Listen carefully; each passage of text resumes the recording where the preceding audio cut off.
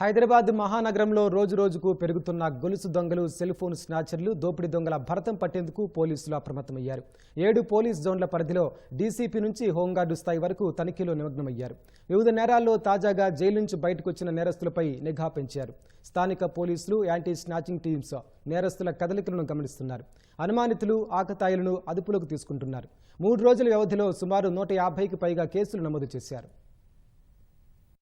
హైదరాబాద్ నగరంలోని అన్ని ఠాణా పరిధిలో పోలీసులు విస్తృతంగా తనిఖీలు నిర్వహిస్తున్నారు. ప్రధానంగా చరవాణుల చోరీ కేసుల్లో అత్యంత కఠినంగా పోలీసులు వ్యవహరిస్తున్నారు. నగరంలో సగటున 30 నుంచి 40 మొబైల్ ఫోన్లు మాయమవుతున్నట్లు పోలీసుల అంచనా. సిటీ బస్సులు, మెట్రో రైళ్లు, ఆటోల్లో ప్రయాణికుల మధ్య చేరి చిల్లర దొంగలు వీటిని కొట్టేస్తున్నట్లు పోలీసులు గుర్తించారు.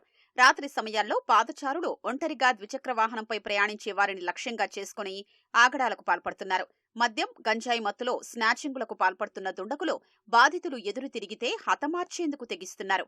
ఈ ముఠాల ఆగడాలకు కళ్లం వేసేందుకు ప్రత్యేక బృందాల్ని ఏర్పాటు చేసిన సిపి యాంటీ స్నాచింగ్ టీమ్స్ ద్వారా 10 మంది సెల్ ఫోన్ స్నాచర్లను అదుపులోకి తీసుకున్నారు. తాజాగా సైదాబాద్, చిలకలగూడలో ఎదురు తిరిగిన స్నాచర్లపై పోలీసులు కాల్పులు జరిపారు.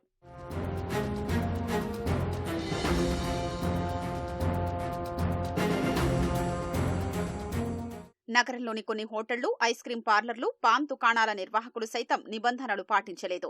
సమయానికి మించి దుకాణాలు నిర్వహిస్తున్నారు.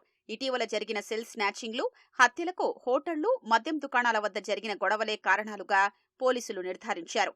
పహాడీ షరీఫ్, జుల్పల్లి, కాటేదాన్, ఎల్బీనగర్ పరిసర ప్రాంతాలకు యువకులు, రౌడీ షీటర్లు అర్ధరాత్రి దాటాక నగరంలోకి చేరుతున్నారు. చాంద్రాయణగుట్ట, ఫలక్నుమా, బహదూర్పుర, చార్మినార్, నాంపల్లి, గోషామహల్, ఆసిఫ్ నగర్, మెహదీపట్నం, టోలీచౌకీ, అత్తాపూర్, సికింద్రాబాద్ తదితర చోట్ల హోటళ్లలో మకాం వేస్తున్నారు. పోలీసు వాహనాల సైరన్లు విని హోటళ్లను మూసివేసినట్లు నిర్వాహకులు చేస్తున్నారు.